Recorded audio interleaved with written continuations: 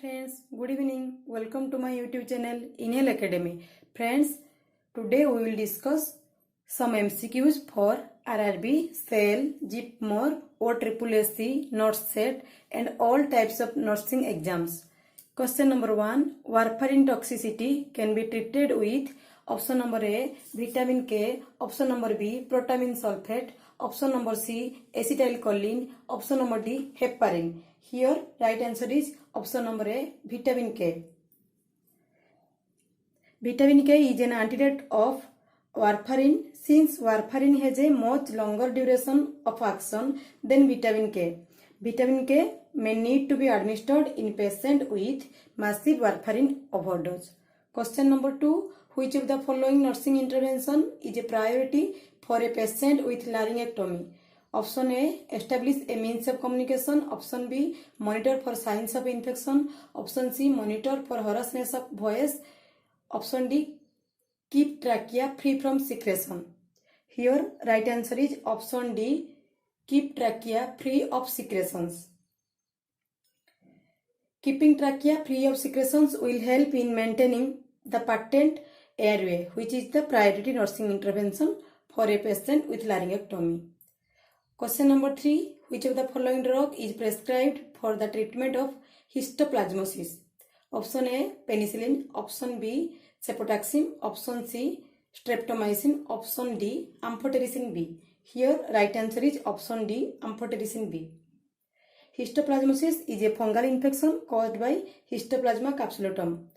Amphotericin B is the antifungal drug which is the drug of choice for histoplasmosis, and other three drugs are penicillin, cefotaxime and streptomycin are the antibiotics. Question number 4. A patient is scheduled for tracheostomy. Which of the following nursing action is the priority for this client? Option A, insert a Foley's catheter. Option B, establish a means of communication. Option C, prepare the bile by administering enema. Option D, start IV fluids. Here right answer is option B, establishing a means of communication. Preoperatively, the priority nursing action for the patient who is undergoing tracheostomy is to establish a means of communication because the patient will not able to speak after the tracheostomy is performed. Question number 5. Which of the following nursing diagnosis is a priority for a patient diagnosed with pneumonia? Option A, fluid volume deficit. Option B, ineffective coughing. Option C, impaired gas exchange. Option D, risk for infection. Here right answer is option C, impaired gas exchange. Pneumonia is an inflammation of the lungs parenchyma associated with alveolar edema and congestion that impair gas exchange. So, impaired gas exchange is the most important nursing diagnosis of patient with pneumonia. Question number 6. The most common early symptom of laryngeal cancer is option A, dysphagia. Option B, airway obstruction. Option C, hoarseness of voice. Option D, pneumothorax. Here right answer is option C, hoarseness of voice. Persistent hoarseness of voice that is lasting more than 2 weeks in a patient with laryngeal cancer. Question number 7. An emergency treatment for an acute asthmatic attack is option A, adrenaline 1:100. Option B, adrenaline 1:1000. Option C, betamethasone. Option D, hydrocortisone. Here right answer is option B, adrenaline 1:1000. Acute asthmatic attack is characterized by severe bronchospasm.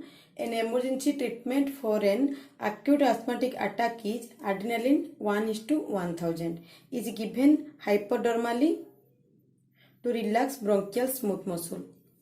Question number 8. Metabolic changes associated with excessive vomiting is option A, metabolic acidosis. Option B, hyperchloremia. Option C, hypokalemia. Option D, decreased bicarbonate.